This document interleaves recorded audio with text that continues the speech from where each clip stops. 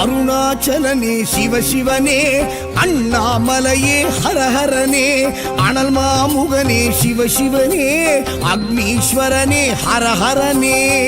சிவசிவனே ஹரஹரனே, ஹரஹர சிவ சிவ சங்கரனே, எந்நாடுடைய சிவசிவனே, எந்நாட்டவர்க்கும் இறையவனே.